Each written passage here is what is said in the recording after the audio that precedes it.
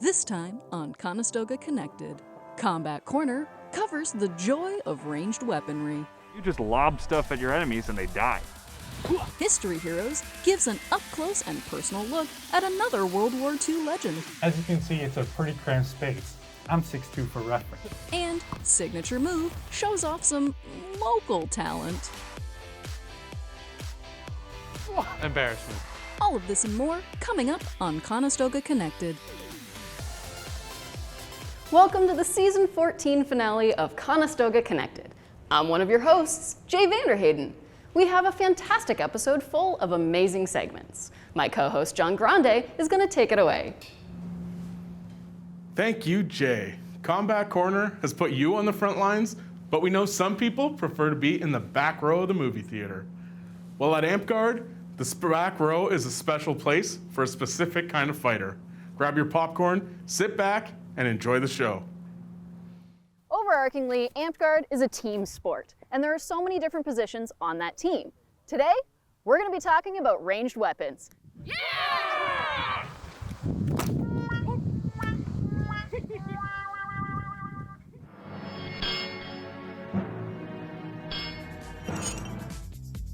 In AmpGuard, the two main ranged weapons are thrown weapons and arrows. You'll see arrows fired from bows and thrown weapons, obviously, thrown. Both are made to be padded so that they're safely used, and the tips are absolutely removed from the arrows before ever being fired. I'm a huge fan of thrown weapons and ammunition. I pitched for a long time, so throwies are just a cheat code. Ranged weapons are great in a team fight because you outrange basically everyone on the field. You can use your teammates to protect you while you just lob stuff at your enemies and they die. To throw a weapon properly, you want to step at your target, turn your hips towards them all in one motion, and release directly at your target, not deviating from side to side. I have been an archer for almost 8 years now. When I first got into AmpGuard, I picked up someone's small toy bow and I started shooting things with it, and I thought it was great. There's a certain kind of magic to firing a bow and seeing your arrow go where you intended it to go, especially with moving targets. So I get quite a thrill out of that. Archery is very accessible. I have chronic pain, but I find that it's very friendly to me, so I'm not running around as much. It does use a lot of shoulder and back strength, but you can build that up. If you've done traditional archery and maybe you find it a bit dull, this is completely different. Your targets are moving, jumping, doing all sorts of things, so it's really fun to try to get them while they're doing all of that. I pick my actions based on what's going on in front of me. So if I need to support my teammates with some crowd control, I have things like this pinning arrow that if I hit someone with it, I make them stop for 30 seconds. I can also do suppression fire to keep the enemy back. I can also just outright take people down from a distance. So as you've seen, AmpGuard has a broad range of activities for everyone. So shoot your shot. Come on, check out your look. Dad! Dude, come on, we're doing range today. Those fighters really go the distance. AmpGuard isn't the only thing that uses ranged weapons. Amy Anstedt leads the Adventure Quenter team to bat axe throwing in Waterloo, where professional axe throwers are competing in regionals. Hi there, my name is Amy Anstedt, and today the team and I will be swinging over to bad axe throwing in Waterloo to not do this week, but to watch some professional axe throwers do what they do best.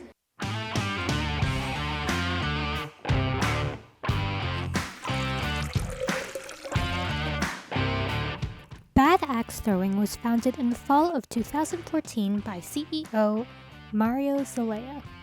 During our visit, I got to talk with some of the axe throwers who are competing. Not only is the sport competitive, but according to Stjepan Richterich, axe throwing is all about community. It's about the people. Once you join an axe throwing league, you become part of the family, and it's a huge culture. Everyone here supports each other, and everyone wants everyone to do well. But at the end of the day, it's all about having fun and hanging out with your friends. Before coming to this event, we didn't know very much about axe throwing. Gavin Cassie explains the three disciplines. Basically, there's hatchet, which is what we're doing today. There's duels, so two of us throw at the same time. And big axe, which is a considerably larger axe. Much harder. You stand further back and throw at the same little target. Bad Axe Throwing is the biggest urban axe throwing club in the world, with over 340 locations. Today, we're going to watch a regionals match. Let's see how they do.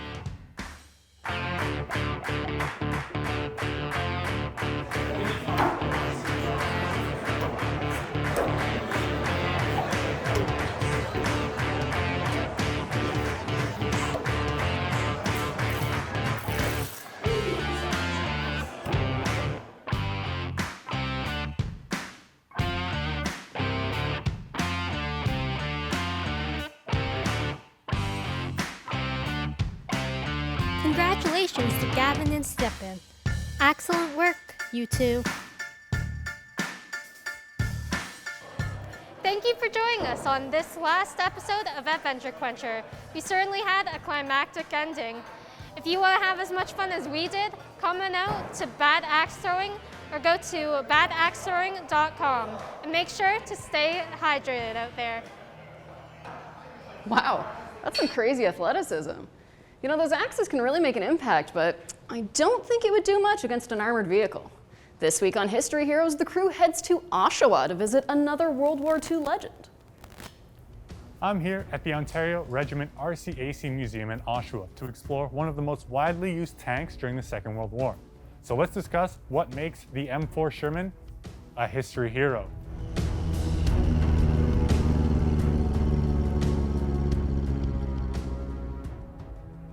America entered the war late and had a bit of catching up to do. In true American fashion, they wanted to create a tank that was fast, reliable, could shoot 360 degrees, and had a big gun. They got part of the way with the M3, but it was unreliable, and finally got what they wanted with the M4 Sherman. They began mass producing it immediately and exporting it to the Soviet Union and England.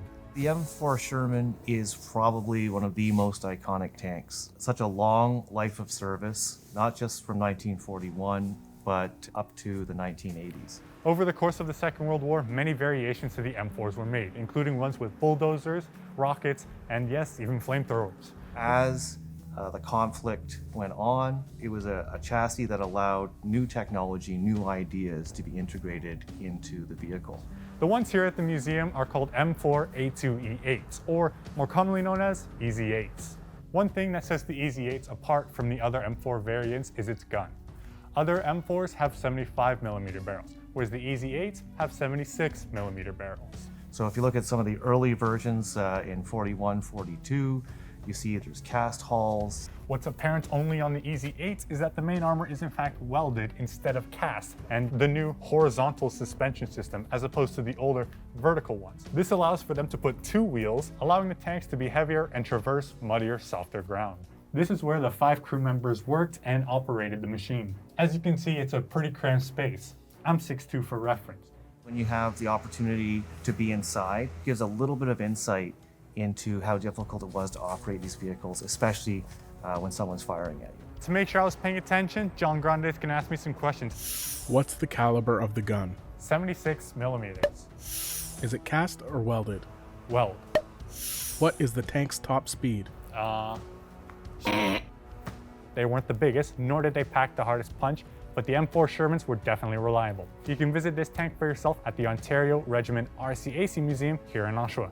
My name is Sam, and if you learned something new today, my job here is done.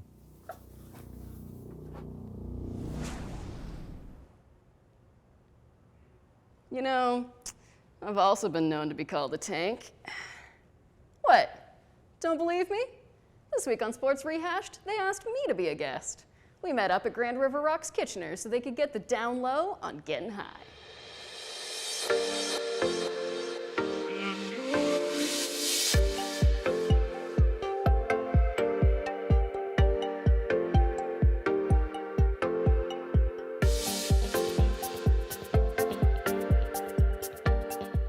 Today we're here at Grand River Rocks in Kitchener, and today we're going to be learning a bit about rock climbing.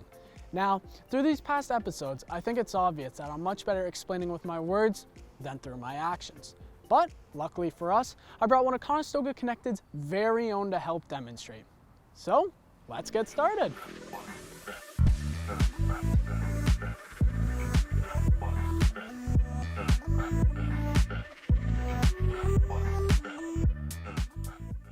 This is Jay Vanderhayden. Jay's a fitness machine. When it comes to cardio workouts, they dabble in everything. Jay's experience includes 5 years of trampoline, 3 years of gymnastics, and most importantly, 4 months of rock climbing. Today, Jay will be showing us what belaying is and the proper form when belaying.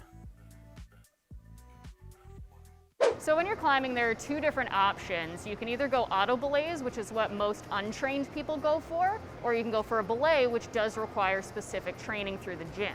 An auto belay is essentially a big mechanism that just looks like a big steel drum with a rope coming out of it. You clip yourself in, it does all the work for you and will automatically lower you down when you let go.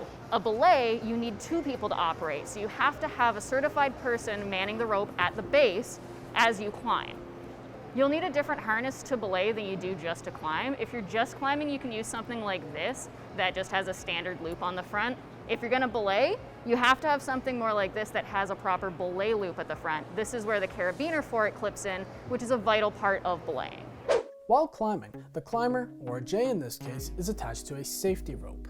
The safety rope keeps the climber in a stable position thanks to multiple pulley systems, either attached to a large drum when auto belaying or another person when belaying.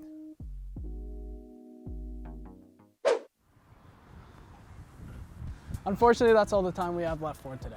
I'd like to thank Jay Vanderhayden for being such a great guest, showing us what we need to know if we want to go rock climbing. So, I'm Luke Reinhardt, and this is Sports Rehashed. Thank you for watching. All right, guys, let's go shoot our rock climbing video. Oh, wait, what? You took Jay? But I'm all chalked up and I'm ready to go. I kind of feel like a loser. This must be how Will Fleming felt on last week's signature move.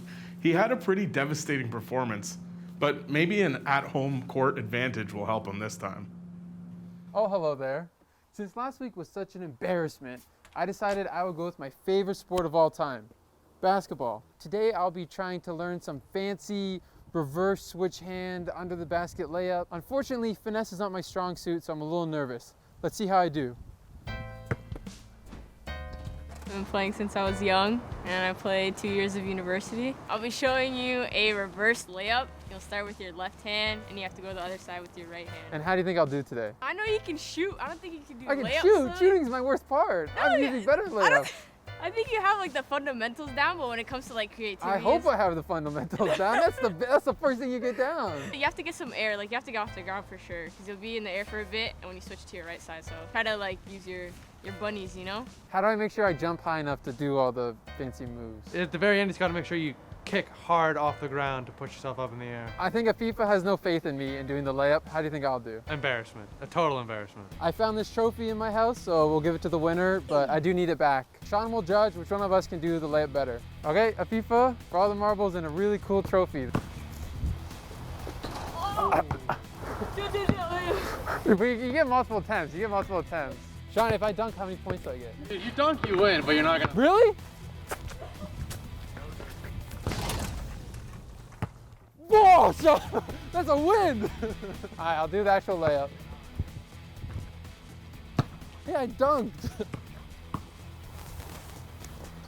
Oh, crap.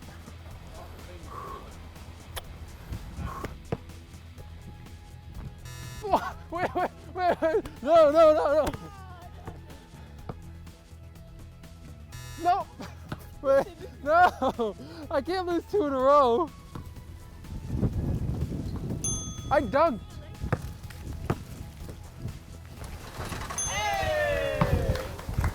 Well, it was a tough decision, but I have my conclusion, and the winner is a FIFA. We live in the same house, man. This is going on TV. I don't want to be associated with you. I dunked. That was off camera. That was not the challenge. I'm not looking forward to FIFA hanging this loss over my head. Thank you very much for watching our episodes of Signature Move. Try the moves yourselves, and maybe, just maybe, one day you can be as good of an athlete as me. What a wild show so far. I'm exhausted just watching all the action. We hope you've enjoyed the final episodes of Combat Corner, Adventure Quencher, history heroes, sports rehash, and signature move. I'm John Grande. And I'm Jay Vanderhayden. Stay active, stay safe, and most importantly, stay tuned for the second half of Conestoga Connected with Ryan Giesbrecht, Shanice Miller, and more amazing segments. Coming up next on Conestoga Connected, the team at Frady Cat Frights explore an extremely fear-inducing experience. Are you brave enough to find out what it is? After trying the first 2 steps, it can be helpful to just take a minute before you go into this environment. The team at Pretty Sweet discovers a location that satisfies the sweet tooth with a healthier approach. Finally, live camera action discovers an expo dedicated to a very popular celebratory liquor. To find out which one, stay tuned to Conestoga Connected. Hi everyone, welcome to the second half of the show. My name is Ryan Giesbrecht. Our team has been hard at work to bring you some really exciting segments today. Fears are faced, food and drinks are served, we may even meet some new feathery friends. Why don't we head over to my co-host Shanice Miller, who is going to get us started. Thanks for the great introduction, Ryan, and hello everyone, my name is Shanice Miller. This week, Nicole Buer and the Rescue Tales crew went off on a fun adventure visiting the Browns Micro Sanctuary in Cambridge. What animals did they hang around with this time? Why don't we find out? Hello and welcome to today's episode of Rescue Tales. We're going to check out the Browns Micro Sanctuary and see all the cute little chickens they have.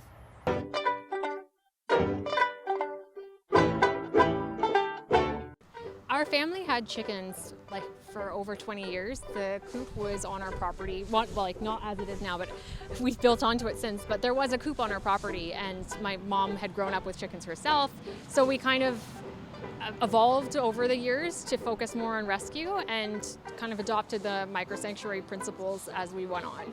The first way you can help our sanctuary, just more importantly to help animals in general, is to consider adopting yourself. So our micro sanctuary is kind of like taking the idea of sanctuary but making it more accessible, encourage more people to consider adoption. If we had so many more homes opening up the spaces that people already have now to share and adopt, we could save so many more lives. One of the big misconceptions about chickens is that they lay 300 eggs a year naturally. This is not true. It's been done through breeding in captivity, and it takes a major toll on the chickens' bodies. And because they're a prey species, they're very good at hiding their symptoms. So a lot of people who think that they just let their birds live to a natural end, they're actually probably suffering in agony until it's to the point where they're just too sick to hide it anymore. And then they generally pass just like that. But no, we see a lot of reproductive diseases, and we also try to do as much as we can to get them implants. One of the big prejudices people have against roosters is that they're all aggressive and mean, and it's just not the case. Roosters are just like dogs in that way, because without socializing, without getting familiar with somebody, they don't have any reason to really trust them. They love to play on my phone, they're lovable. Another big prejudice people have against chickens, or another big misconception people have against chickens, is that they are not intelligent, and it's just not true. They are incredibly smart, and they all have huge personalities. A lot of people just treat them like objects, but there's so much to each and every one of them. I highly recommend the website opensanctuary.org for lots of species-specific information for chickens, ducks, goats, cows, everybody. Thank you guys for tuning in to today's episode of Rescue Tales. I hope you guys feel influenced to make some friends and maybe check out some of your own local mini sanctuaries. Oh, sorry, I was just checking Steve out on TikTok. How adorable were all of those chickens? Who knew they were such amazing creatures? Speaking of amazing things, next up is the Pretty Sweet crew visiting a local bakery in Cambridge that may be sugar-free, but definitely does not skimp on the flavor.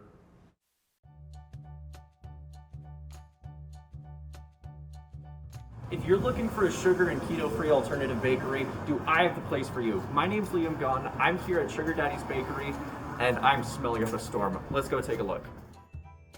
Owned by David Orban and Gregory Gardner, Sugar Daddy's is a sugar-free, low-carb keto bakery delivering treats to Cambridge. Came from basically after a Christmas dinner in 2017. Greg and I were very how do you say, into like sweets or into desserts specifically. After that, like our sister-in-law invited us for a craft show at the Newfoundland Club, and then we sold out after an hour, and then the rest is history. Dietary bakeries have a lot of differences when compared with regular bakeries. From the baking perspective, it's very, very different the way that we have to handle different ingredients due to the fact that there's no sugar, it's very low carb, so there's no wheat, we don't use regular flour, and of course the ingredients are significantly more expensive than a traditional bakery is. The most important question to ask any bakery is, what is their top-selling treat? So our cupcakes will be our highest selling treat because they don't look like a diabetic food. That's what a customer would say when they taste it. They say it tastes better than I would say the term carboholic cupcake or a very sweet cupcake, and I think that's her signature. Making all kinds of keto baked goods by hand is not an easy task. Through a lot of hard work and problem solving, David and Gregory have created a thriving business here in Cambridge, Ontario.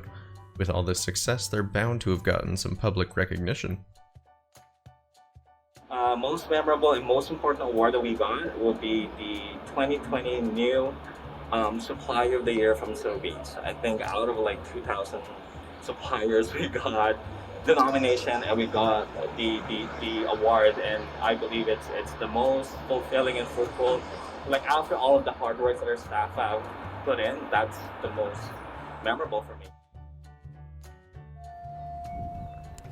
Well, that looked fantastic. I'm Liam Gahn, and this has been pretty sweet. Those treats certainly looked great. Next, myself and the team at Live Camera Action were off to Bingaman's in Kitchener for something that is definitely not sugar-free. We had the chance to visit and explore a tequila expo. Let's go check it out. Hello, everyone, and welcome to another episode of Live Camera Action. I'm your host, Shanice Miller, and on today's episode, we are coming to you live from a tequila expo. That's right, a tequila expo in Kitchener, Ontario at the Bingaman's Conference Center. They have tons of yummy food, festive music, they have lucha libre performances, and I just can't wait to go inside and see what this is all about. So let's go.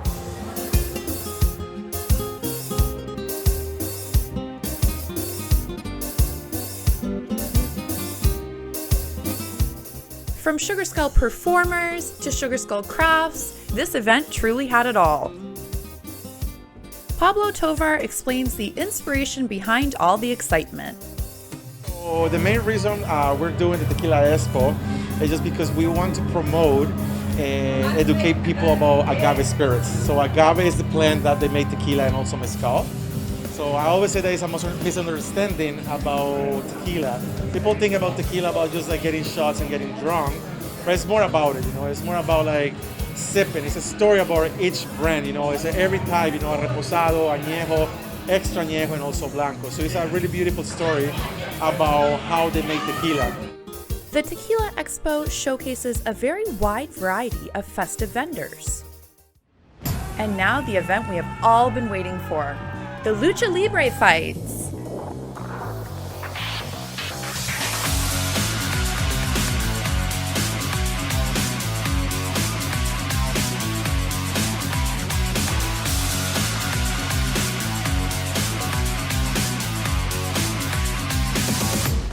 After a grueling fight, we caught up with Chip to see exactly how he felt about the fight. Tonight's fight, you know, there was 3 opponents in the ring at once. You know, it was a hell of a time, but I came out on top. I got beat. I got the nuts beat out of me a little bit, but you know what? In the end, it's all about the 1, 2, 3 and how you finish it.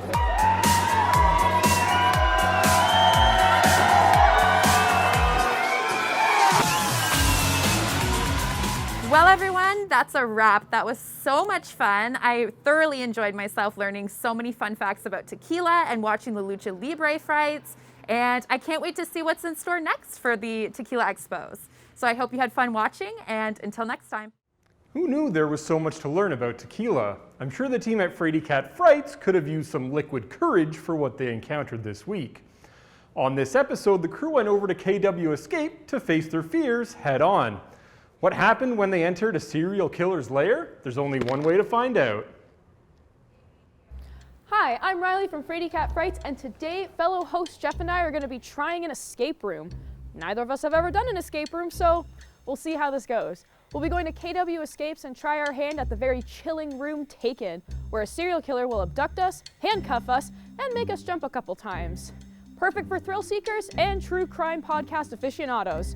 It's the 4th and final episode of Frady Cat Frights, so let's jump right into it.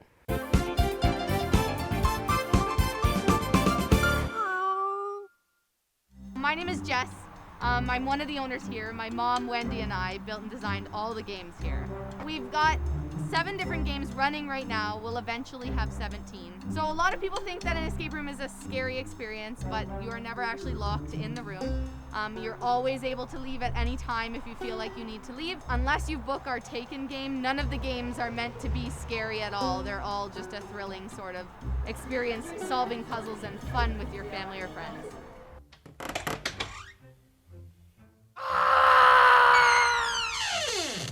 I've never done an escape room before. I've heard a lot of things about them, and they sound like a very fun experience.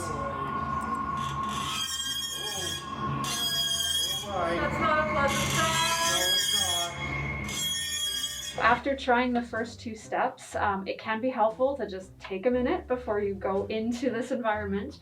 Try to bring your mind to a safe place. It's very difficult to try and put in the combination to a lock when there's a risk of getting jump scared, and you don't even know when. We just wanted a snack. While I do enjoy puzzle solving, it's never quite been a strong suit, so I will say this room has been pretty challenging for both Jeff and I. Hints. Just thought it'll be very handy. Strength in numbers, community, you can take energy from each other, and using some of these tips in combination or together with other people can be really beneficial. This is the KW Escape Police. Can you hear us? Yes! We're looking for you. We need you to help us find you. Yay! I was so glad I was able to find you quality before the killer came down. Well, I survived that. Everything is fine. This has been Frady Cat Fright, proving to everybody there's nothing to be afraid of. Is having superhuman powers as amazing as it's made out to be? Would you use them for good or for evil? Is our idea of right and wrong simply a social construct created by lizard people to keep us complacent? The answer can only be found this week at the bottom of the bag.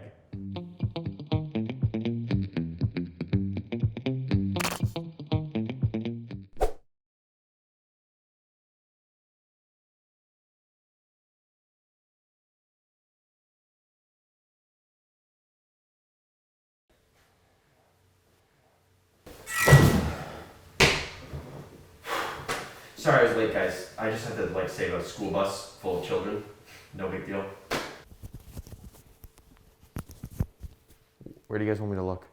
Hi, my name is Dan Winters and I'm a superhero. I'm 21 years old and I grew up in the small town of Bolton, Ontario.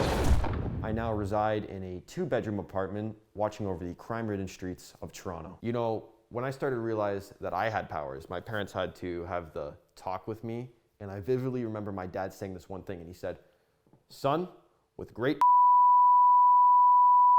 So I took that advice and did the only thing responsible. And that was to come up with a kick-ass name and go fight crime, baby. Woo!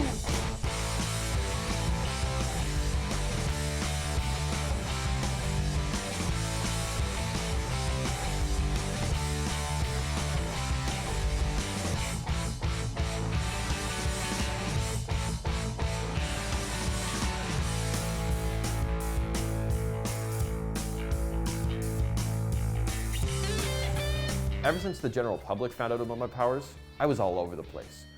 Movies, TV shows, ads for car dealerships, billboards, you name it, I was a national treasure. But that was a long time ago.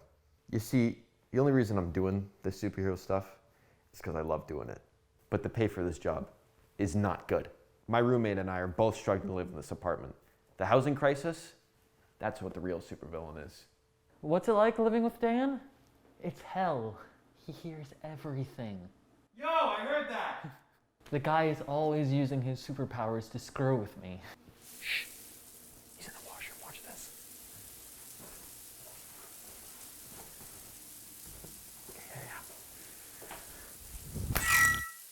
What the fuck? Let me tell you something else. He needs to be in anger management. He does not know how to control his anger whatsoever. Listen, I'm a big board game guy, so is Dan, and we got a nice collection here. But I can't play with him. He's just too competitive. Every time I beat him, I feel like he's gonna kill me. Boom, I win.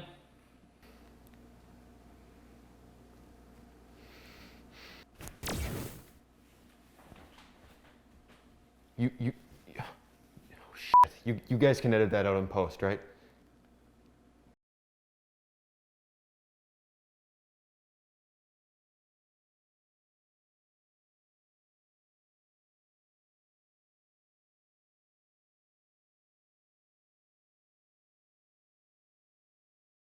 That's all the time we have for today. I'm Shanice Miller. And I'm Ryan Giesbrecht. Thank you for joining us for Season 14's final episode of Conestoga Connected.